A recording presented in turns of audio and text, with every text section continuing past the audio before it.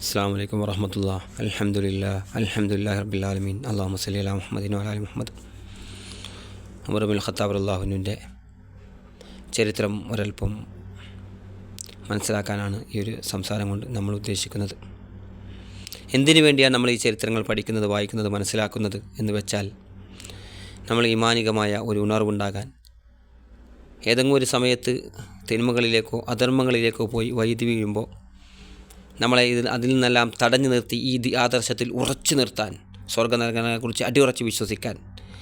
അതുപോലെ എന്തെങ്കിലും ഭൗതിക നേട്ടങ്ങൾ കാണുമ്പോൾ, ഭൗതികതയിൽ വലിയ ഉന്നതിയുള്ള ആളുകളെ കാണുമ്പോൾ ഈ ഭൗതിക ലോകമാണ് എല്ലാം എന്ന് തെറ്റിദ്ധരിച്ചു പോകാതിരിക്കാൻ.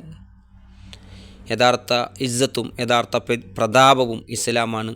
ഇസ്ലാമിൽ അടിയുറച്ച് നിൽക്കുന്നത് കൊണ്ടും ഈ ആദർശം സ്വീകരിച്ച് ഇതുമായി മുമ്പോട്ട് പോകുന്നത് കൊണ്ടാണ് യഥാർത്ഥ ഇസ്സത്തും നമുക്ക് യഥാർത്ഥമായ ഇസ്സത്തൊക്കെ ഉണ്ടാകുന്നത് എന്ന് മനസ്സിലാക്കാൻ, പ്രതാപം ഉണ്ടാകുന്നത് എന്ന് മനസ്സിലാക്കാൻ. പലപ്പോഴും പല ആളുകളെ, നേതാക്കന്മാരെ കാണുമ്പോൾ, പല ഇതര വിഭാഗത്തിൽപ്പെട്ട ആളുകൾ കാണുമ്പോൾ ചില ആളുകൾ പറഞ്ഞു പോകാറുണ്ട്, വിശ്വാസി എന്ന് പറയുന്ന ആളുകൾ പോലും പറഞ്ഞു അവരൊക്കെ എത്ര ഉന്നതിയിലാണ്, അവരൊക്കെ എത്രയിലാണ്. പക്ഷേ ഉമർ ഇബ്നുൽ ഖത്താബ് റളിയല്ലാഹു അൻഹുവിൻ്റെ ചരിത്രം നിങ്ങളൊന്ന് വായിച്ചു നോക്കൂ, പഠിച്ചു നോക്കൂ, മനസ്സിലാക്കി നോക്കൂ.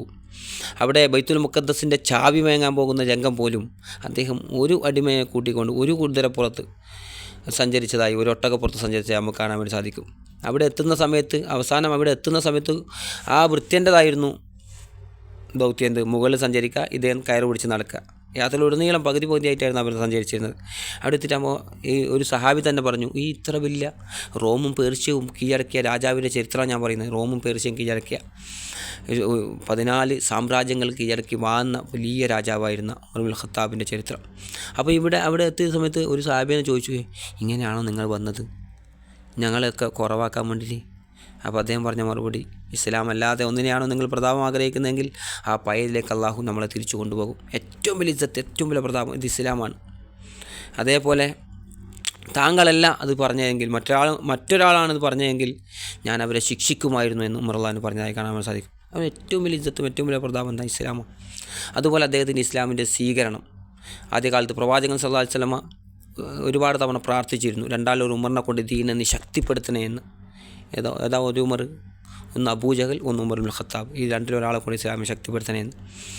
ആദ്യകാലത്ത് കുറച്ച് ആളുകൾ മാത്രമേ ഇസ്ലാമിലുണ്ടായിരുന്നു. അവർക്കും പീഡനങ്ങളായിരുന്നു സഹിക്കേണ്ടി വന്നത്, ത്യാഗങ്ങൾ സഹിക്കേണ്ടി വന്നു, ഒരുപാട് പീഡനങ്ങൾ സഹിക്കേണ്ടി വന്നു. ഈ രാജ്യം വിട്ട് മറ്റൊരു രാജ്യത്തേക്ക് പലായനം ചെയ്യേണ്ടി വന്നു, അബിസീനിയയിലേക്കുള്ള യാത്ര. ആ യാത്രയ്ക്ക് പോകുമ്പോൾ ഒരു ഭാര്യയും ഭർത്താവും ഇങ്ങനെ ഒരുങ്ങുന്നുണ്ട്. യാത്രയിലേക്ക് പോകുമ്പോൾ ഒരു സംഭവം, ഉമർ റളിയല്ലാഹുവിൻ്റെ ജീവിതത്തിൽ തന്നെ ഉള്ളൊരു സംഭവം. അപ്പോൾ യാത്രയിലേക്ക് ഒരുങ്ങുമ്പോൾ ഈ സ്ത്രീയെ കണ്ടു ഉമർ റളിയല്ലാഹു അൻഹു. അപ്പോൾ ചോദിച്ചു, നിങ്ങൾ ഇങ്ങനെ ഉള്ള ആളുകളൊക്കെ ഇവിടുന്ന് പോവുകയാണോ, നിങ്ങൾ നാട് വിട്ടു പോവുകയാണോ? അപ്പോൾ നിങ്ങളെപ്പോലുള്ള ആളുകൾ ഞങ്ങളിവിടെ ജീവിക്കാൻ അനുവദിക്കുന്നില്ല, അതായത് ഖുറൈശികൾ ഇങ്ങനെ അനുവദിക്കുന്നില്ല, ഞങ്ങളെ ദീനനുസരിച്ച് ജീവിക്കാൻ. ഇത് ശത്രുവശത്തപ്പെട്ട ആളാണ് ഉമർ. ആ സമയത്ത് ജീവിക്കാൻ അനുവദിച്ചുകൊണ്ട് ഞങ്ങൾ പോവുകയാണ്. അപ്പോൾ ഉമർ റളിയല്ലാഹു അൻഹു പറഞ്ഞു, ഹിയാക്കുമുള്ള എന്നൊക്കെ നമ്മളിപ്പോൾ ഇങ്ങനെ അറബിയിൽ പറയില്ലേ, ഹിയാക്കുമുള്ള, ജസാഖല്ലാഹ് എന്നൊക്കെ അങ്ങനെ ഒരു പദപ്രയോഗം നടത്തി. അള്ളാഹു നിങ്ങൾക്ക് സമാധാനം നൽകട്ടെ, ശാന്തി നൽകട്ടെ എന്ന രീതിയിൽ. അപ്പോൾ ഇത് കേട്ട് ഈ സ്ത്രീക്ക് അത്ഭുതം തോന്നി. ആരാ? കൽക്കര കണ്ടനായ ഉമർ, ഉക്കാളച്ചന്തയെ വിറപ്പിച്ച ഉമർ. അദ്ദേഹത്തിൻ്റെ ഗുസ്തി മത്സരവും അദ്ദേഹത്തിൻ്റെ ആ സ്വഭാവവും അദ്ദേഹത്തിനെ ആ കണിശക്കാരനാക്കി മാറ്റിയത് അദ്ദേഹത്തിൻ്റെ പിതാവിൻ്റെ സംഭവമാണ്. അദ്ദേഹത്തിൻ്റെ പിതാവ് ഖത്താബ് ചെറിയ ഈത്തപ്പഴം, ചെറിയ ഭക്ഷണം നൽകുകയും ചെറിയ വേതനം നൽകുകയും ഇതിൻ്റെ അധികമായി അദ്ദേഹത്തെ കൊണ്ട് പണിയെടുപ്പിക്കുകയും പ്രയാസപ്പെടുത്തുകയും എന്തെങ്കിലും ചെറിയൊരു വീഴ്ച വന്നാൽ അദ്ദേഹത്തെ കണിശമായി ഭയങ്കര ക്രൂരമായി മർദ്ദിക്കുകയൊക്കെ ചെയ്തിരുന്നു അദ്ദേഹത്തിൻ്റെ പിതാവ്. ഉമർ റളിയല്ലാഹുവിൻ്റെ പിതാവ്, ആ പിതാവ് ഖത്താബ് ഭയങ്കര ദ്രോഹിക്കുമായിരുന്നു, പീഡിപ്പിക്കുമായിരുന്നു, മർദ്ദിക്കുമായിരുന്നു ഉമർ റളിയല്ലാഹു അൻഹുവിനെ. അതുകൊണ്ട് അദ്ദേഹം കണിശക്കാരനും കഠിനക്കാരനൊക്കെ ആയി മാറിയത് അദ്ദേഹത്തിൻ്റെ ആദ്യകാല ചരിത്രം നമുക്ക് കാണാം. അങ്ങനെയുള്ള സംഭവങ്ങൾ കാണാൻ വേണ്ടി സാധിക്കും. അപ്പോൾ ഇവിടെ ഈ സ്ത്രീയോട് ഉമർ റളിയല്ലാഹു അൻഹു പറയുകയാണ് ആദ്യകാലത്ത് ഉമർ പറയുകയാണ്, അള്ളാഹു നിങ്ങൾക്ക് സമാധാനം നൽകട്ടെ. എൻ്റെ ഉമർ റളിയല്ലാഹു അൻഹു പോയി ആ സ്ത്രീ ഭർത്താവ് വരുമ്പോൾ പറഞ്ഞു, ഉമർ ഇങ്ങനെ പറഞ്ഞിട്ടുണ്ട്. ഉമർ എന്തോ ഒരു മനസ്സ് ലോലമായതുപോലെ, ഇസ്ലാം സ്വീകരിക്കുന്ന പോലെ. അപ്പോൾ ഈ ഭർത്താവ് പറയുകയാണ് റളിയല്ലാഹു അൻഹു, അദ്ദേഹം പറഞ്ഞു, ഉമറിൻ്റെ കഴുത മുസ്ലിമായാൽ പോലും ഉമർ മുസ്ലിം ആകില്ല. ചില ആളുകൾ അങ്ങനെ വിധേയതല്ലേ, നമ്മളെ ആളുകൾ എന്തെങ്കിലും 2 കാര്യം അവന് പറഞ്ഞു കൊടുത്തു, ഓൻ സ്വീകരിക്കില്ല, ഓൻ ഖുറാഫിയോ മറ്റത് മറിച്ച് കഴിഞ്ഞിട്ട് പിന്മാറും, അതുപോലെ ഓൻ ജാഹിലാണ്, ഓൻ അങ്ങനെയാണ്. ഇപ്പോൾ ഒരുപാട് കമൻറ്റ് ബോക്സുകളൊക്കെ നമ്മൾ വായിക്കാറുണ്ട് പലപ്പോഴും. അവർക്കൊക്കെ അവസരം ഉണ്ടാകും നന്നാകാൻ. അതുപോലെ ഹംസ റളിയല്ലാഹുവിനെ കൊന്ന വൈശി, അതാരാ? ചാട്ടുള്ളി കൊണ്ട് പ്രയോഗം നടത്തി ഹംസ റളിയല്ലാഹുവിനെ ഭയങ്കരമായി കൊലപ്പെടുത്തിയ വൈശി പിന്നീട് ഇസ്ലാം സ്വീകരിച്ചു. അത് സുഹൈൽ ബിൻ അംർ ഇസ്ലാമിനെതിരെ ശക്തമായി പറഞ്ഞ ആളാണ് ആദ്യകാലത്ത്. അതുമാത്രമല്ല, ഷുഹൈൽ ബിൻ അംർ ഹുദൈബിയ സന്ധിയുമായി രേഖപ്പെടുത്തുന്ന സമയത്ത് ഉമർ റളിയല്ലാഹുവിനുമായി ചരിത്രം ബന്ധിപ്പിച്ച് പറയുമ്പോൾ ഷുഹൈൽ ബിൻ അംറിൻ്റെ നബി സല്ലല്ലാഹു അലൈഹി വസല്ലമയോട് ഉമർ റളിയല്ലാഹു ചോദിച്ചെന്താ, അദ്ദേഹത്തിൻ്റെ തല ഞാൻ അവൻ്റെ പല്ല് ഞാൻ അടിച്ച് കൊയ്ക്കട്ടെ, ആ നാവ് ഞാൻ പിയ്തെടുക്കട്ടെ പ്രവാചകരെ. ഇവിടെ പോലും ഉമർ റളിയല്ലാഹു ഇസ്ലാം സ്വീകരിച്ച പോലും ഉമർ റളിയല്ലാഹു ഇത്ര ശക്തനും കരുത്തനുമാണ്. അദ്ദേഹത്തിന് ഇങ്ങനെ ദേഷ്യം കൊണ്ട് വരുന്നുണ്ട്. എന്നിട്ട് നബിയോട് ചോദിക്കുക, പ്രവാചകരെ അവിടെ അപ്പോൾ അബ്ദുല്ലാഹിബ്നു ഉബയ്യുമായി ബന്ധപ്പെട്ട് മുനാഫിക്കുകളുടെ നേതാവ് അബ്ദുല്ലാഹിബ്നു സലാമല്ല, തെറ്റിദ്ധരിച്ച് പോകരുത്. അബ്ദുല്ലാഹിബ്നു സലാം ജൂതന്മാരിൽ നിന്ന് ആദ്യം ഇസ്ലാം സ്വീകരിച്ച സഹാബിയാണ് റളിയല്ലാഹു അൻഹു. അപ്പോൾ അബ്ദുല്ലാഹിബ്നു ഉബയ്യ് അവൻ്റെ തല ഞാൻ വിട്ടിട്ട് ഉമർ റളിയല്ലാഹു ചോദിക്കുന്നുണ്ട് ഒരു അവസരത്തിൽ. കാരണം ശത്രുവാണ് എന്തോന്നു പറഞ്ഞ് അദ്ദേഹത്തിന് ഇഷ്ടപ്പെടാതെ വന്നപ്പോൾ ഉമർ റളിയല്ലാഹു. അതേപോലെ ഇവിടെ ഷുഹൈൽ ബിൻ അംറിൻ്റെ പല്ല് ഞാൻ എടുക്കട്ടെ, അവരുടെ നാവ് ഞാൻ പിയ്തട്ടെ ചോദിക്കുന്നുണ്ട് ഉമർ റളിയല്ലാഹു. എന്നിട്ടാകുമ്പോൾ നബി പറഞ്ഞ എന്താ വേണ്ട ഉമറേ, ഇത് നല്ല വാക്ക് അദ്ദേഹം പറയുന്നത് നമ്മൾ പിന്നീട് കണ്ടാലോ, ഞാനത് വിശദീകരിക്കുന്നില്ല. പക്ഷേ എനിക്ക് പിന്നീട് ഉമർ റളിയല്ലാഹുവിൻ്റെ ഭരണകാലത്തിലാണ് ഈ ഷുഹൈൽ ബിൻ അംർ ഇസ്ലാമിന് വേണ്ടി ശക്തമായ പ്രഭാഷണം നടത്തുന്നത് നമുക്ക് കാണാൻ വേണ്ടി സാധിക്കും. അങ്ങനെ പല ചരിത്രത്തിലും അങ്ങനെ കാണാൻ വേണ്ടി നമുക്ക് സാധിക്കും. അപ്പോൾ നമ്മൾ മനസ്സിലാക്കുക, പിന്നീട് അവർ വിശ്വാസികളായേക്കാം. അതുകൊണ്ട് അതിനനുസരിച്ചുള്ള കമൻറ്റുകളൊക്കെ എഴുതുമ്പോൾ അതുപോലെ പിന്നീട് നമ്മളെപ്പോഴും ആഗ്രഹിക്കേണ്ട അതാണ് നമ്മൾ ആഗ്രഹിക്കേണ്ടത്. അവർ ഇസ്ലാം സ്വീകരിക്കട്ടെ, അവർ രക്ഷപ്പെടട്ടെ, ഈ ലോകത്ത് പരലോകത്ത് രക്ഷപ്പെട്ടെ. ഒരാൾ ശിക്ഷിച്ചിട്ട് ഒരാൾ നരകത്തിൽ പോയിട്ട് നമുക്ക് എന്ത് കിട്ടാനാണ് സഹോദരങ്ങളെ? അള്ളാഹു അവർക്ക് കരുണ ചെയ്യട്ടെ. അവരുടെ പ്രവർത്തികൾ കൊണ്ട് മാത്രമാണ് അവർ പോകുന്നത്. പക്ഷേ നമുക്ക് പരമാവധി അവർ നന്നാകാൻ വേണ്ടി നമ്മൾ പ്രാർത്ഥിക്കുക. അതുകൊണ്ട് ഏറ്റവും കൂടുതൽ നേതാക്കന്മാർക്ക് വേണ്ടി പ്രാർത്ഥിക്കുക. ഒരു നേതാവ് നന്നായി എത്രയോ അണികൾ നന്നാവും. നേതാക്കന്മാർ ഇസ്ലാം സ്വീകരിക്കാൻ നമ്മൾ പ്രാർത്ഥിക്കുക. അതുപോലെ ഉമർ റളിയല്ലാഹു, അതുപോലെ മറ്റൊരു സംഭവമാണ് ഉമർ റളിയല്ലാഹുവിൻ്റെ ജീവിതവുമായി ബന്ധപ്പെട്ട് തന്നെ. ഒരിക്കൽ കഅബാലയത്തിൽ പ്രവാചകൻ സ്വല്ലല്ലാഹു അലൈഹി വസല്ലം സൂറത്ത് ഹഖ പാരായണം ചെയ്തുകൊണ്ട് നമസ്കരിക്കുകയായിരുന്നു. ഉമർ റളിയല്ലാഹു അത് കേൾക്കുന്നുണ്ട്. ഓരോ ഭാഗം ഇങ്ങനെ കേട്ടിട്ട് അദ്ദേഹം അത്ഭുതപ്പെടുന്നുണ്ട്. എൻ്റെ മനസ്സിൽ നിന്നാണല്ലോ പ്രവാചകൻ പാരായണം ചെയ്യുന്നത്, മുമ്പ് പാരായണം ചെയ്യുന്നത്. അപ്പോൾ ഒരു ജ്യോത്സ്യനായിരിക്കും അദ്ദേഹം. എങ്ങനെ അറിഞ്ഞല്ലോ പറഞ്ഞല്ല, ഇതൊരു ജ്യോത്സ്യൻ്റെ വാക്കല്ല, വളരെ കുറച്ചേ നിങ്ങൾ നന്ദി കാണിക്കുന്നുള്ളൂ. ആ 40 ഭാഗം നിങ്ങൾ വായിച്ചു നോക്കുക. എൻ്റെ ഉമർ റളിയല്ലാഹു അത്ഭുതത്തോടെ പോകുന്നുണ്ട് തിരിച്ചിട്ട്. ആ കണ്ടുമുട്ടുന്ന രംഗമുണ്ട്. ഉമർ റളിയല്ലാഹു കണ്ടുമുട്ടി നബി സല്ലല്ലാഹു അലൈഹി വസല്ലം ചോദിച്ചു, അല്ല ഉമറെ, താങ്കൾ ഇവിടെ? അപ്പോൾ വലിയ ശത്രുവാണ് ഇവർ. എന്നിട്ട് പ്രവാചകൻ സ്വല്ലല്ലാഹു അലൈഹി വസല്ലം ഇത് നോക്കണം, നബിനെ പതിക്കുമെന്ന് പറഞ്ഞ് നടന്ന ആളാണ് ഉമർ ആദ്യകാലത്ത്. എന്നിട്ട് നബി സല്ലല്ലാഹു അലൈഹി വസല്ലം ഡയറക്റ്റ് കണ്ട സമയത്ത് ചോദിക്കുകയാണ്, രാത്രി പാതിരാ സമയത്ത് ഒറ്റ കണ്ട്, എന്താ അല്ല ഞാൻ ഇങ്ങനെ അതുവഴി പോകുന്നതാണെന്ന് പറഞ്ഞ് അദ്ദേഹം പോയി. അതുപോലെ ഫാത്തിമയുമായി ബന്ധപ്പെട്ട് അദ്ദേഹത്തിൻ്റെ പെങ്ങൾ ഫാത്തിമ, അദ്ദേഹത്തിൻ്റെ ആ പെങ്ങളുടെ ഭർത്താവിനെയൊക്കെ ക്രൂരമായി അദ്ദേഹം മർദ്ദിച്ചിരുന്നു എന്ന് കാണാൻ വേണ്ടി സാധിക്കും നമുക്ക് ചരിത്രത്തിൽ. എന്തിന് ഇസ്ലാം സ്വീകരിച്ചതിൻ്റെ പേര്. അതേപോലെ പിന്നീട് അദ്ദേഹത്തിന് ഇങ്ങനെ ഒരു മാറ്റം ഉണ്ടായി. അദ്ദേഹം ഇസ്ലാം സ്വീകരിച്ചു. പിന്നെ പ്രവാചകൻ്റെ സന്നിധിയിൽ വന്ന് ഇസ്ലാം സ്വീകരിച്ചു, മുസ്ലിമായി. എന്നിട്ട് അതിന് ശേഷം അതാണ് ഏറ്റവും വലിയ ഇജ്ജത്ത്. സഹാബികൾ പറഞ്ഞു, ഉമറിൻ്റെ ഇസ്ലാം സ്വീകരണം വലിയ ഇജ്ജത്തായിരുന്നു ഇസ്ലാമിന്. അതുവരെ ഞങ്ങൾ ഭയന്നുകൊണ്ട് ആയിരുന്നു ഒളിച്ചും പാത്തും പതുങ്ങിയ നിസ്കാരം നിലയൊക്കെ നടത്തിയിരുന്നു. പക്ഷേ ഉമർ റളിയല്ലാഹു ഇസ്ലാം സ്വീകരിച്ചപ്പോൾ നമ്മൾ കഅബാലയത്തിൽ പോയി ധൈര്യസമേതം നിന്ന്. അതുപോലെ ഹംസ റളിയല്ലാഹു പിന്നീട് ഹംസ റളിയല്ലാഹു ഇസ്ലാമിലേക്ക് വന്നു, ഭയങ്കര ശക്തിയായി ഇസ്ലാം. അപ്പോൾ നിന്ന് നമ്മളൊക്കെ അവിടെ കൂടി നമസ്കരിക്കുകയുണ്ടായി. ഉമർ റളിയല്ലാഹുവിൻ്റെ ഇസ്ലാം സ്വീകരിച്ച ശേഷം ധൈര്യസമേതം നമസ്കരിക്കുകയുണ്ടായി എന്നിരുന്നു. അതേപോലെ അദ്ദേഹത്തിൻ്റെ ഹിജ്റയുമായി ബന്ധപ്പെട്ട് അദ്ദേഹം ആളുകളൊക്കെ ആ പാട്ടൊക്കെ നമുക്കറിയാം. പിന്നെ ആ ഒരു പാട്ട് ഞാനിപ്പോൾ മറന്നുപോയി. ആ ഒരു പാട്ടൊക്കെ ഉണ്ടല്ലോ, ഒരു പാട്ടൊക്കെ അദ്ദേഹത്തിൻ്റെ യാത്രയുമായി ബന്ധപ്പെട്ട് അല്ലേ, ഒലിവർ മക്കാൻ വെള്ളം കുടിക്കുന്നവനാരടാ, ബമ്പന്മാരുണ്ടെങ്കിൽ ഞാനൊന്ന് കാണട്ടെ. ആ പാട്ടൊക്കെ നമുക്കറിയാം. അത് ഉമർ റളിയല്ലാഹുവിൻ്റെ ഇതുമായി ബന്ധപ്പെട്ട് പാടിയതാണത്. ഉമർ റളിയല്ലാഹുവിൻ്റെ അദ്ദേഹം വെല്ലുവിളിച്ചുകൊണ്ട് ശക്തനായി ഇതാക്കുന്ന വ്യക്തിത്വമായിരുന്നു ഉമർ റളിയല്ലാഹു. അതേപോലെ മറ്റു ഒരുപാട് സന്ദർഭങ്ങളിൽ നബി സല്ലല്ലാഹു അലൈഹി വസല്ലം നിരവധി ഹദീസുകൾ ഉമർ റളിയല്ലാഹുവിനുമായി ബന്ധപ്പെട്ട് പറഞ്ഞിട്ടുണ്ട്. നിരവധി ഹദീസുകൾ നമുക്ക് കാണാൻ വേണ്ടി നമുക്ക് ഒരല്പം ഹദീസുകൾ നമുക്ക് നോക്കാം. പ്രവാചകൻ സല്ലല്ലാഹു അലൈഹി വസല്ലം പറഞ്ഞു, എനിക്ക് ശേഷം ഒരു പ്രവാചകൻ ഉണ്ടാകുമായിരുന്നെങ്കിൽ അത് ഉമറാകുമായിരുന്നു. സഹീഹ് തുർമുദിയിലെ ഹദീസ്. അതായത് എനിക്ക് ശേഷം ഒരു നബി ഉണ്ടാകുമായിരുന്നു. കാരണം എന്താ വെച്ചാൽ 10ഓളം ആയത്തുകൾ ഉമർ റളിയല്ലാഹുവിൻ്റെ നാവിലൂടെ ഉമർ റളിയല്ലാഹുവിൻ്റെ വാക്കിനെ ശരിവെച്ചുകൊണ്ട് അല്ലാഹു സുബ്ഹാനഹു വ തആല ഖുർആനിൽ 10ഓളം ആയത്തുകൾ അവതരിച്ചിട്ടുണ്ട്. എന്തെല്ലാം എന്ന് വെച്ചാൽ 1-2 ഞാൻ പറയാം. ഇപ്പോൾ പ്രവാചകൻ്റെ ഭാര്യമാരൊക്കെ പ്രവാചകൻ്റെ വീട്ടിലേക്ക് പല ആളുകൾ പല കാര്യങ്ങളും പറഞ്ഞു പോകുമ്പോൾ പ്രവാചകൻ്റെ ഭാര്യമാരെ കാണുന്നുണ്ട്. അപ്പോൾ അവർ മുഖം മറച്ചിട്ടുണ്ട്, മുഖം മറക്കുന്നതിൻ്റെ ആയത്ത് ഇറങ്ങുന്നതിന് മുമ്പ്. അപ്പോൾ ഇവിടെ ഉമർ റളിയല്ലാഹു പോയി നബി സല്ലല്ലാഹു അലൈഹി വസല്ലമയോട് പറയുകയാണ്, പ്രവാചകരെ, അങ്ങയുടെ വീട്ടിലേക്ക് നല്ല ആളുകൾ വരും, മോശം ആളുകളും വരും, അങ്ങയുടെ പത്നിമാരെയൊക്കെ അവർ കാണുന്നുണ്ടല്ലോ, ഒരു മറ ആവശ്യമില്ലേ എന്ന രീതിയിൽ സംസാരിച്ചു. അതിനുശേഷമാണ് അല്ലാഹു സുബ്ഹാനഹു വ തആല ഖുർആനിൽ ഈ ആയത്ത് ഇറക്കിയത്. അതുപോലെ അബ്ദുല്ലാഹിബ്നു ഉബയ്യുമായി ബന്ധപ്പെട്ടും അദ്ദേഹത്തിൻ്റെ ഇമാമത്ത് മരിച്ച സമയത്ത് നബി സല്ലല്ലാഹു അലൈഹി വസല്ലമ ഇമാമത്ത് നിൽക്കാൻ വേണ്ടി പോയി. അപ്പോൾ നബി ഉമർ റളിയല്ലാഹു തടഞ്ഞു. ആരും തടയുന്നില്ല, എല്ലാവർക്കും ഭയമാണ്. പക്ഷേ ഉമർ റളിയല്ലാഹു നമുക്കറിയാം ഉമർ റളിയല്ലാഹു സ്വഭാവം. അപ്പോൾ ഉമർ റളിയല്ലാഹു തടഞ്ഞു, പ്രവാചകരെ അങ്ങ് ഇമാമത്ത് നിൽക്കണോ, ശത്രുപക്ഷത്തിൻ്റെ നേതാവാണ്, കപട വിശ്വാസിയുടെ നേതാവ്. കപട വിശ്വാസികളെ കുറിച്ച് അല്ലാഹു സുബ്ഹാനഹു വ തആല പറഞ്ഞെന്താ, സൂറത്ത് തൗബയിൽ അവർ നരകത്തിൻ്റെ അടിത്തട്ടിലാണെന്നാണ് പറഞ്ഞത്. അപ്പോൾ ഇവിടെ ആ ശത്രുവിനെ നബി സല്ലല്ലാഹു അലൈഹി വസല്ലം ഇമാമത്ത് നിൽക്കാൻ നമ്മൾ ചിന്തിക്കേണ്ട കൂടി കാര്യമാണത്. നമുക്ക് നിസ്സാര കാര്യം വരുമ്പോൾ നമ്മൾ മറ്റേതാണ് മറിച്ചാൽ നമ്മൾ ഒഴിവാക്കും. പക്ഷേ ഇവിടെ അള്ളാഹുവിൻ്റെ റസൂൽ ആത്മാർത്ഥമായി ആഗ്രഹിക്കുകയാണ്. അല്ലാഹു സുബ്ഹാനഹു വ തആല അദ്ദേഹത്തിന് പുറത്തു കൊടുത്തില്ലെങ്കിൽ ഇമാമത്ത് നിൽക്കാൻ വേണ്ടി പോവുകയാണ് പ്രവാചകൻ സല്ലല്ലാഹു അലൈഹി വസല്ലം. എന്നിട്ട് ഉമർ റളിയല്ലാഹു തടയുകയാണ്, പ്രവാചകരെ അങ്ങ് പോവുകയാണ് ഇമാമത്ത് നിൽക്കാൻ. ഈ ശത്രുവിന് ഇസ്ലാമിന് വേണ്ടി അദ്ദേഹം ചെയ്ത ഓരോ ശത്രുപരമായി ചെയ്ത കാര്യങ്ങൾ എണ്ണി പറയാൻ തുടങ്ങി ഉമർ റളിയല്ലാഹു. നബി സല്ലല്ലാഹു അലൈഹി വസല്ലം നബി സല്ലല്ലാഹു അലൈഹി വസല്ലം മുമ്പോട്ട് നടന്നു. പക്ഷേ ഖുർആനിൽ ആയത്തിറങ്ങി, പിന്നീട് അല്ലാഹു സുബ്ഹാനഹു വ തആല ആയത്തിറക്കി, എന്ത് അങ്ങനെയുള്ളവർക്ക് വേണ്ടി ഇമാമത്ത് നിൽക്കേണ്ടതില്ല, അതുപോലെ അവർക്ക് അല്ലാഹു സുബ്ഹാനഹു വ തആല പുറത്തു കൊടുക്കില്ല. കാരണം ആ കാപട്യത്തിൽ തന്നെ മരിച്ച ആളുകൾക്ക് അല്ലാഹു പുറത്തു കൊടുക്കില്ല.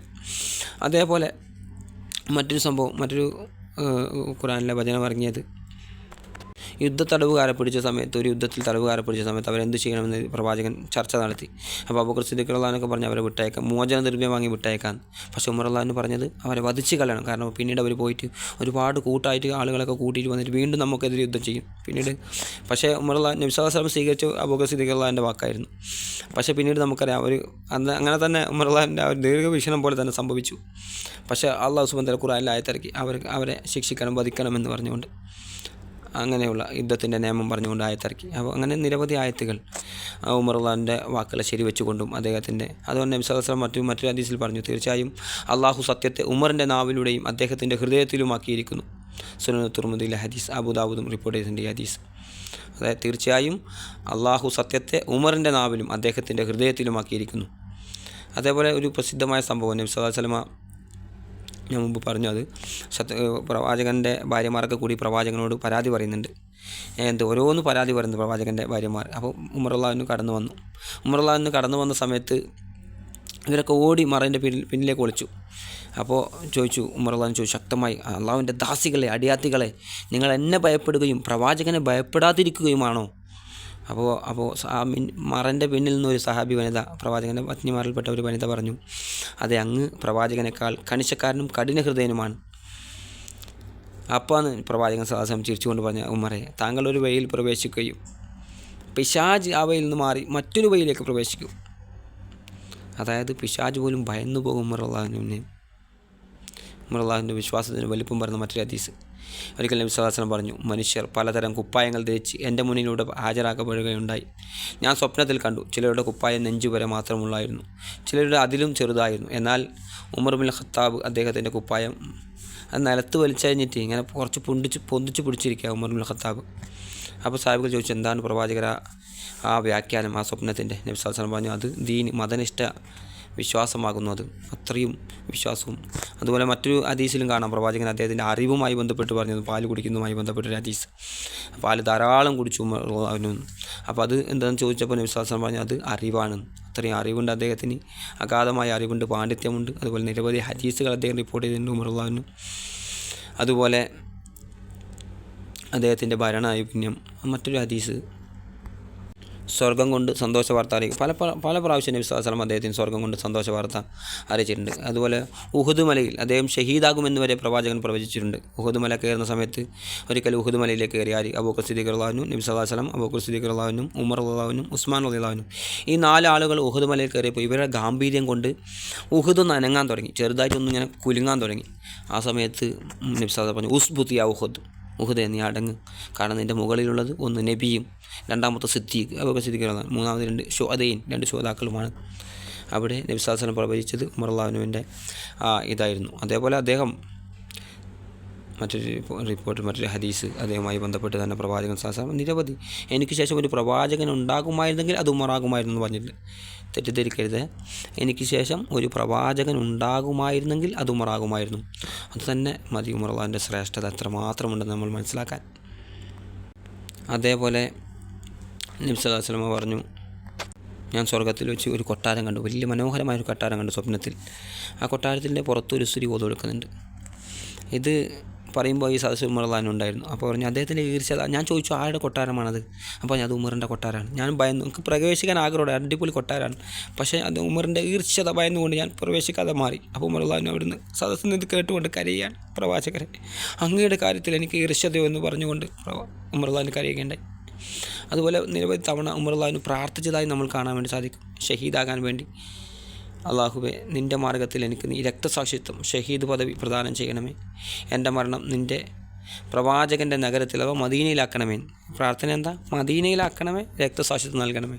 ഇത് കേട്ടപ്പോൾ അബ്ദുള്ള റളിയല്ലാഹു, നമുക്കറിയാം ഉമറുള്ളാഹിൻ്റെ മക്കൾ അബ്ദുള്ളയും ഉബൈദുള്ളയും അത്ഭുതപ്പെട്ടുകൊണ്ട് ചില സമയത്ത് ചോദിക്കുന്നുണ്ട്.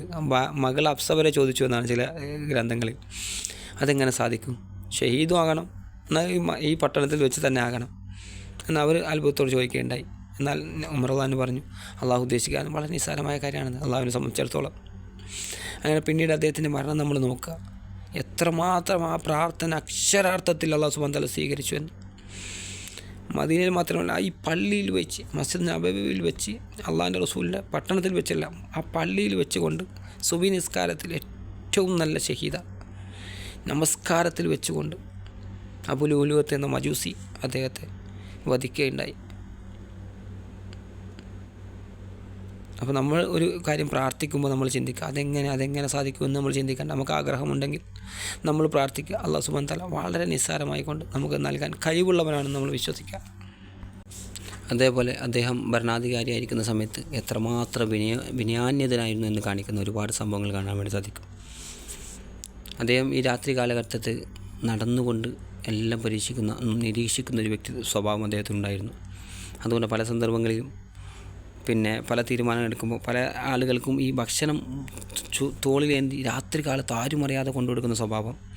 അതേപോലെ ഒരു കുട്ടികൾക്ക് അദ്ദേഹത്തിൻ്റെ ഭരണത്തിലൊരു സ്വഭാവം ഉണ്ടായിരുന്നു. അദ്ദേഹത്തിന് കുട്ടികൾക്ക് മുളകൊടി നിർത്തിയാൽ പിന്നെ ആ കുട്ടികൾക്ക് ബൈത്തുൽ മാലിൽ നിന്ന് എന്തെങ്കിലും നൽകും അവർക്ക് ഇത്. അപ്പോൾ ഒരു യാത്രാ സംഘത്തിലൊരു സ്ത്രീ, അദ്ദേഹം ഇങ്ങനെ അവർ യാത്ര ചെയ്തെന്ന് ഒരു സ്ഥലത്ത് ടമ്പടിച്ച് അവർ താമസിക്കുകയാണ്, പണ്ട് കാലത്തെ യാത്ര. അപ്പോൾ ഇവിടെ ഉമറുള്ളാഹിന് ആരും അറിയാതെ അവിടെ പോയിട്ട് അവിടെ നിരീക്ഷിക്കുന്നുണ്ട് അവരെ. അപ്പോൾ ആ സ്ത്രീ കുട്ടിക്ക് ഇത് കൊടുക്കാതെ, ഭക്ഷണം കൊടുക്കാതെ പിടിച്ചു വെച്ചിരിക്കുക. കാരണം മുലകൂടി നിർത്തിയിട്ട് ഭക്ഷണം കുടിക്കാൻ കൊടുക്കുന്നില്ല. കുട്ടി ധാരാളമായി കരയുന്നുണ്ട്.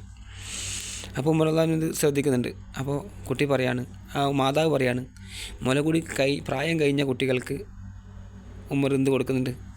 ഇത് കൊടുക്കുന്നുണ്ട്. ബൈത്തുൽ മാലിൽ നിന്നൊരു വിഹിതം കൊടുക്കുന്നുണ്ട്, ഓഹരി സമ്പത്ത് കൊടുക്കുന്നുണ്ട്. അങ്ങനെ പിറ്റേന്ന് ഉമറുള്ളാഹിന് ഖുതുബയിൽ പ്രസംഗിച്ചു. ഉമർ എത്ര കുട്ടികളെ കൊന്നു കളഞ്ഞത് എന്ന് പറഞ്ഞുകൊണ്ടാണ് അദ്ദേഹം പ്രസംഗിച്ചത്. അദ്ദേഹത്തിന് ഭയങ്കര വിഷമമുണ്ടായി. എന്നിട്ട് അതിനുശേഷം പറഞ്ഞു, മുല കുടിക്കുന്ന കുട്ടികൾക്കും ഉമറിൻ്റെ ഈ ഖജനാവിൽ നിന്ന്, ഈ ബൈത്തുൽ മാലിൽ നിന്ന് നൽകുന്നതാണെന്ന് അദ്ദേഹം പറഞ്ഞു. അതുപോലെ ഒരു സ്ത്രീയുടെ പ്രസവവുമായി ബന്ധപ്പെട്ട് ഉമറുള്ളാഹിന് യാത്രയിലായിരിക്കെ ഒരു സ്ത്രീ പ്രയാസപ്പെട്ട് പ്രസവത്തിൻ്റെ സമയത്ത് ബുദ്ധിമുട്ടെന്ന് കണ്ടു യാത്രയിൽ.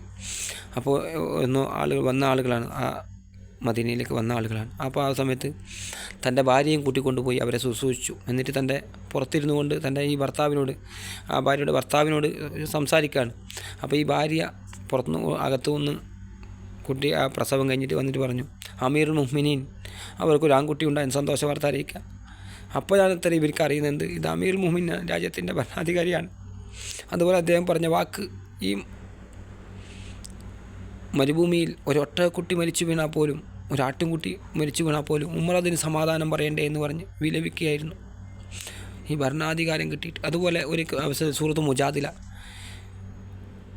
മുജാദില തർക്കിക്കുന്നവൾ എന്ന ഒരു അധ്യായമാണത്.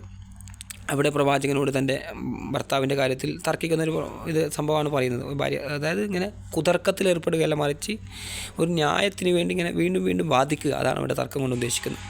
അങ്ങനെ തൻ്റെ ഭർത്താവിൻ്റെ കാര്യത്തിൽ അവർ വിലപിച്ചു. പക്ഷേ ഈ സ്ത്രീ ഒരു വാർദ്ധക്യ കാലത്ത് ഉമറുള്ളാഹിനെ കണ്ടു. അപ്പോൾ ഉമറുള്ളാഹിനും പരിചാരകരുമായിട്ട് വരികയാണ്, ഒരുപാട് സാഹിബികളുടെ കൂടെ. അപ്പോൾ ഉമറുള്ളാഹിനെ നിർത്തിയിട്ട് ഉപദേശിക്കാൻ തുടങ്ങി. ഇത്തക്കില്ല, നിങ്ങൾ അള്ളാഹിനെ സൂക്ഷിക്കണം എന്നൊക്കെ പറഞ്ഞുകൊണ്ട് ഇങ്ങനെ ഉപദേശങ്ങൾ നടത്തി. പ്രായമുള്ള സ്ത്രീകൾ നമുക്കറിയാം, അവരുടെ സ്വഭാവം എങ്ങനെയാണ്. അപ്പോൾ ഇവിടെ ഉമറുള്ളാഹി നിന്നു, ഒറ്റ നിന്നെല്ലാം കേൾക്കാൻ തുടങ്ങി. അപ്പോൾ സാഹിബികൾ ചോദിച്ചു, അമീറുൽ മുഅ്മിനീൻ നമുക്ക് പോകാം, നമ്മൾ ഈ സ്ത്രീയുടെ വാക്ക് കേട്ട് ഇങ്ങനെ ഒരുപാട് സമയം ഇങ്ങനെ നിൽക്കേണ്ടതില്ല. അപ്പോൾ ഉമറുള്ളാഹിനെ പറയാണ്, ഇവരുടെ വാക്ക് അർശിൻ്റെ മുകളിൽ നിന്ന് അള്ളാഹു കേട്ടിട്ടുണ്ട്. ഇവർക്ക് വേണ്ടി നമസ്കാരത്തിന് വേണ്ടിയല്ലാതെ ഉമർ പോവുകയില്ല എന്ന് പറഞ്ഞുകൊണ്ട് ഒരുപാട് സമയം അവരുടെ സംസാരം കേട്ടുകൊണ്ട് ഉമർ അള്ളാഹുവിന് നിൽക്കുകയാണ്. അങ്ങനെ എത്ര എത്ര സംഭവങ്ങൾ ചരിത്രത്തിൽ. ഉമർ അള്ളാഹുവിൻ്റെ വിനയും അദ്ദേഹത്തിൻ്റെ സ്വഭാവമൊക്കെ സ്വഭാവം, അദ്ദേഹത്തിൻ്റെ വിനയും ലാളിത്യമൊക്കെയാണ് നമുക്കിത് കാണിച്ചു തരുന്നത്. അതേപോലെ ഒരവസരത്തിൽ അദ്ദേഹം ഒരു വീട്ടിലേക്ക് ഇങ്ങനെ നോക്കി, ഇങ്ങനെ രാത്രി യാത്രയിൽ. അപ്പോൾ ഒളിഞ്ഞു നോക്കുമ്പോൾ ഉണ്ട് ഒരാൾ മദ്യപിക്കുന്നു. ഉമർ അള്ളാഹുവിനെ കണ്ട് നല്ല മതിലൊക്കെ ചാടി അവിടെ അടുത്ത് പോയി. അപ്പോൾ ശരിയാണെന്ന് നോക്കി, ഉറപ്പന്നെ അദ്ദേഹം ഇരുന്ന് മദ്യപിക്കുകയാണ്. അദ്ദേഹത്തെ പിടിച്ചു, അദ്ദേഹത്തെ ചോദ്യം ചെയ്തു. മദ്യം നിഷിദ്ധമാക്കിയിട്ടുണ്ട് ഇവിടെ, അങ്ങനെ അപ്പോൾ നീ തെറ്റ് ചെയ്തിട്ടുണ്ടെന്ന് ശിക്ഷക്ക് അർഹനാണ് എന്ന് പറഞ്ഞു ഉമർ. അപ്പോൾ അദ്ദേഹം ഉമറിനോട് തിരിച്ചു പറഞ്ഞു, ഉമർ അള്ളാഹിനോട് തിരിച്ചു പറഞ്ഞു, ഞാനൊരു തെറ്റാണ് ചെയ്തത്, താങ്കൾ 3 തെറ്റാണ് ചെയ്തത്. അപ്പോൾ ഉമർ അള്ളാഹിന് അത്ഭുതത്തോട് ചോദിച്ചു, ഞാൻ എന്താണ് 3 തെറ്റ് ചെയ്തത്? അപ്പോൾ അദ്ദേഹം പറഞ്ഞു, താങ്കൾ എൻ്റെ വീട്ടിലേക്ക് എത്തി നോക്കി, ഒളിഞ്ഞു നോക്കി. 2ാമത് അനുവാദമില്ലാതെ പ്രവേശിച്ചു. 3ാമത് നേരായ വഴിയിലൂടെ അല്ലാതെ, അതായത് വളഞ്ഞ വഴിയിലാണ് വന്നത്, മതിൽ ചാടിയിട്ടാണ് വന്നത്. ഉമർ അള്ളാഹിന് ബോധ്യപ്പെട്ടു. ഉമർ അള്ളാഹിന് ഒരക്ഷരം മിണ്ടാതെ മടങ്ങിപ്പോയി. പക്ഷേ ഇത് കണ്ട മനുഷ്യൻ, ഇത് മനസ്സിലാക്കിയ മനുഷ്യൻ ഇസ്ലാം സ്വീകരിച്ചു. പിന്നെ ആ മദ്യം ഉപേക്ഷിച്ചു, ഇസ്ലാം സ്വീകരിച്ചു എന്ന് നമുക്ക് ചരിത്രത്തിൽ കാണാം. ഒരാളുടെ സ്വഭാവം എത്രമാത്രം സ്വാധീനം ചെലുത്തുന്നു. പലപ്പോഴും പലതും പറയാൻ, പലതും സംസാരിക്കാൻ ഒക്കെ നമ്മൾ ഉഷാറാണ്. പക്ഷേ നമ്മളെ ജീവിതം എങ്ങനെയിരിക്കും, നമ്മൾ ആത്മപരിശോധന നടത്തേണ്ടിയിരിക്കും. സഹോദരങ്ങളെ, ചിന്തിക്കാം. അതുപോലെ ഒരിക്കൽ അബൂബക്കർ സിദ്ദീഖ് റളിയല്ലാഹുവിൻ്റെ ഒരു വാർദ്ധക്യത്തിലുള്ള ഒരു സ്ത്രീയെ നോക്കുന്നുണ്ടായിരുന്നു ആ സംഭവവും. അപ്പോൾ പിന്നീട് അവരുടെ മരണശേഷം ഉമർ റളിയല്ലാഹുവിനാണ് ആ സ്ത്രീയെ നോക്കാൻ വേണ്ടി പോയത്. രാത്രി പോയിട്ട് ആ സ്ത്രീയുടെ എല്ലാ കാര്യങ്ങളും ചെയ്യും. വസ്ത്രങ്ങൾ അലക്കി കൊടുക്കും, അവർക്ക് ഭക്ഷണം വെച്ച് കൊടുക്കും, അവിടെ എല്ലാം വൃത്തിയാക്കി കൊടുക്കും. അപ്പോൾ ഒരു സഹാബി ഇത് കണ്ടു. ഇതെന്തിനാ ഉമർ ഈ രാത്രി പോകുന്നത്, എവിടേക്കാണ് പോകുന്നത്? പിന്നാലെ നോക്കിയിട്ട് പോകുമ്പോൾ തൽഹ റളിയല്ലാഹുവിന് അതിൻ്റെ ഓർമ്മ. അപ്പോൾ ഇവിടെ അവർ പോയി നോക്കുമ്പോൾ ഈ സ്ത്രീയെ പരിചരിക്കുന്നു. അവർ ചോദിച്ചു, പോയിട്ട് കയറിയിട്ട്, ആരാണ് നിങ്ങൾ രാത്രി വരുന്നത്, ആരാണ് നിങ്ങളിങ്ങനെ ശുശ്രൂഷിക്കുന്നത്, നോക്കുന്നത്? അപ്പോൾ ഞാൻ ആരാന്നറിയില്ല മോൻ, എന്ന് രാത്രി വരും, എന്നെ ഇങ്ങനെ ശുശ്രൂഷിക്കും, എല്ലാം എനിക്ക് ഭക്ഷണം പാകം ചെയ്ത് തരും, സ്വന്തം കൈകൾ കൊണ്ട് ഭക്ഷണം ഉണ്ടാക്കി നൽകും. ആര്? ഈ രാജ്യത്തിൻ്റെ ഖലീഫ ഉമർ ബിൻ ഖത്താബ് റളിയല്ലാഹു അൻഹു. തൽഹ റളിയല്ലാഹു സ്വന്തം തലയിൽ മുഖത്തടിച്ചുകൊണ്ട് തിരിച്ചു വന്നു, ഈ ഉമറിനെ പരിശോധിക്കാൻ ഈ ഉള്ളവൻ ആര് എന്ന് പറഞ്ഞുകൊണ്ട്. അങ്ങനെ എത്ര എത്ര സംഭവങ്ങൾ ചരിത്രത്തിൽ. ഉമർ അള്ളാഹുവിൻ്റെ ഭരണ നേട്ടങ്ങൾ, അത് തന്നെ നമുക്ക് വേണമെങ്കിൽ ഒരുപാട് സംസാരിക്കാറുണ്ട്. അദ്ദേഹത്തിൻ്റെ ഭരണ നേട്ടം, ഒരുപാട് നേട്ടങ്ങൾ അദ്ദേഹം കൊണ്ടുവന്നു ഭരണത്തിൽ. നാവിക വികസനം ഉണ്ടായി. അതുപോലെ പോലീസ് ഉദ്യോഗസ്ഥന്മാരെ നിരീക്ഷിക്കാൻ വേണ്ടി നോക്കുന്ന അവസ്ഥയുണ്ടാക്കി. അങ്ങനെ നിരവധി നേട്ടങ്ങൾ. ഹിജ്റ കലണ്ടർ കൊണ്ടുവന്നു. എത്ര നേട്ടങ്ങൾ ഇസ്ലാമിന് വേണ്ടി അദ്ദേഹം കൊണ്ടുവന്നു.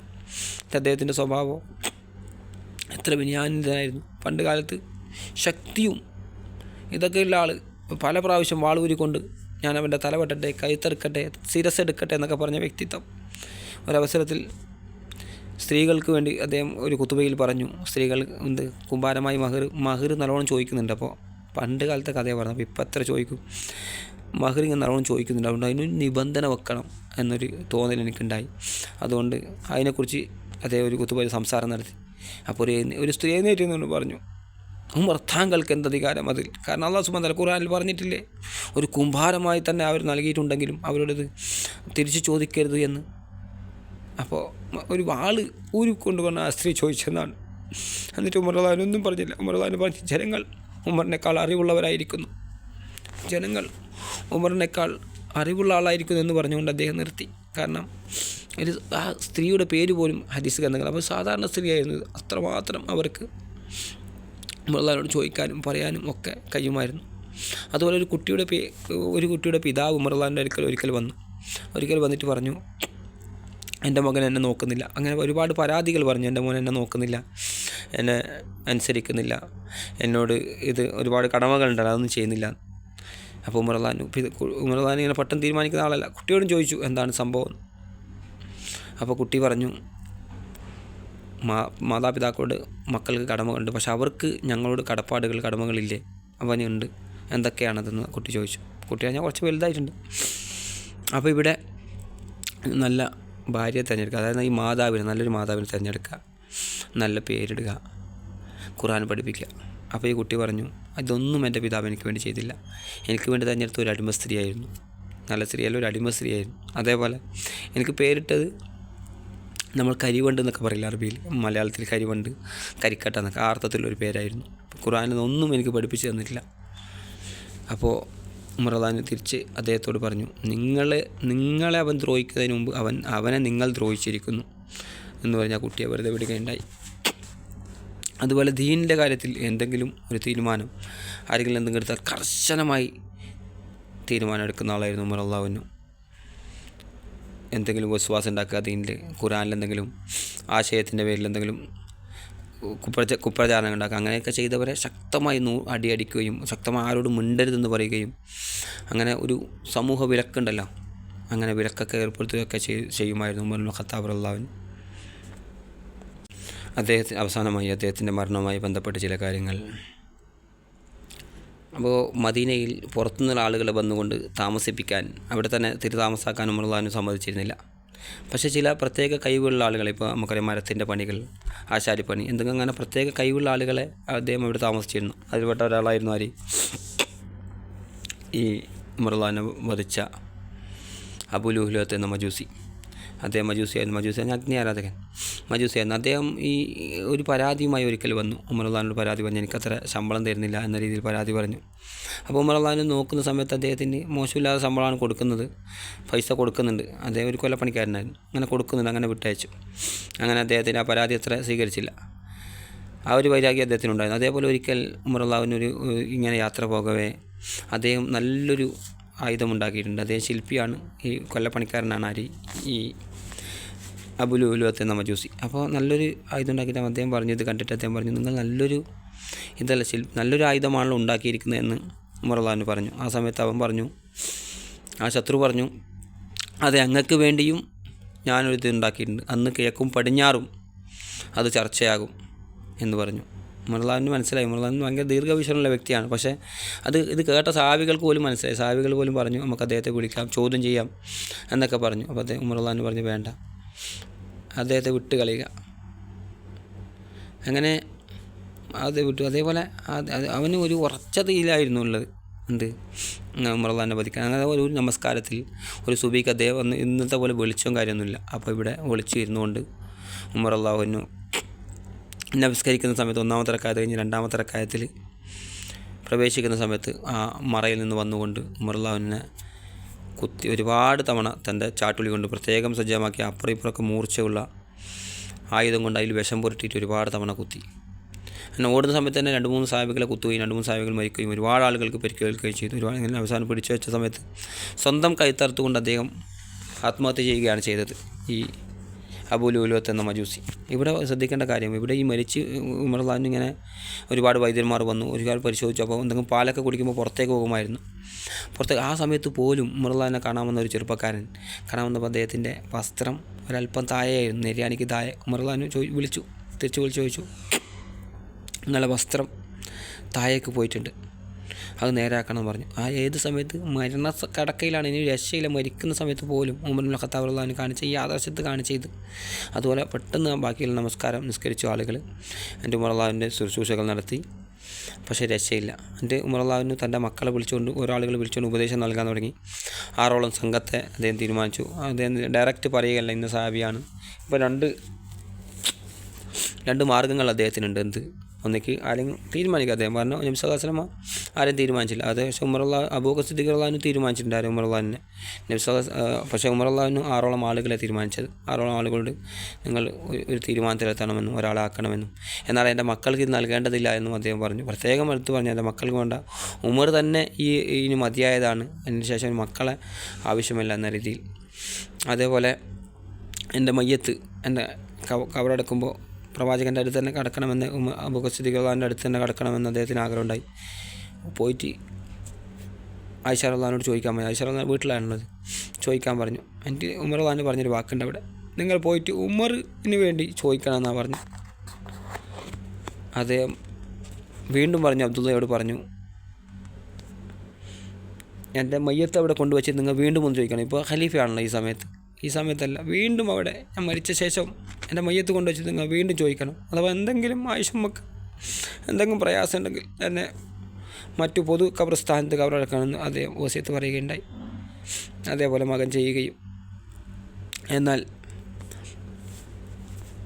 ആയിഷ റളിയല്ലാഹു സമ്മതം നൽകുകയും അവിടെ തന്നെ പ്രവാചകൻ്റെ അബൂബക്കർ സിദ്ദീഖ് റളിയല്ലാഹുവിൻ്റെ അടുത്ത് തന്നെ ഖബറടക്കുകയും ഒക്കെ ചെയ്തു. പിന്നീട് ഉള്ള ചരിത്രങ്ങൾ ഇൻഷാ അല്ലാഹ് നമുക്കിങ്ങനെ ഓരോ ചരിത്രങ്ങൾ നമ്മൾ മനസ്സിലാക്കണം. നമ്മുടെ ഈമാൻ വർദ്ധിക്കാൻ, അറിവ് വർദ്ധിക്കാൻ, അല്ലാഹു സുബ്ഹാനഹു വ തആല കൂടുതൽ പഠിക്കാനും ജീവിതത്തിൽ പകർത്താനും തൗഫീഖ് നൽകട്ടെ. നല്ല നല്ല അറിവുകൾ ജീവിതത്തിൽ പകർത്താൻ നമുക്ക് തൗഫീഖ് നൽകട്ടെ. اللهم اعز الاسلام والمسلمين واذل الشرك والمشركين. اللهم اعز الاسلام والمسلمين واذل الشرك والمشركين. واخر دعوانا الحمد لله رب العالمين. السلام عليكم ورحمة الله.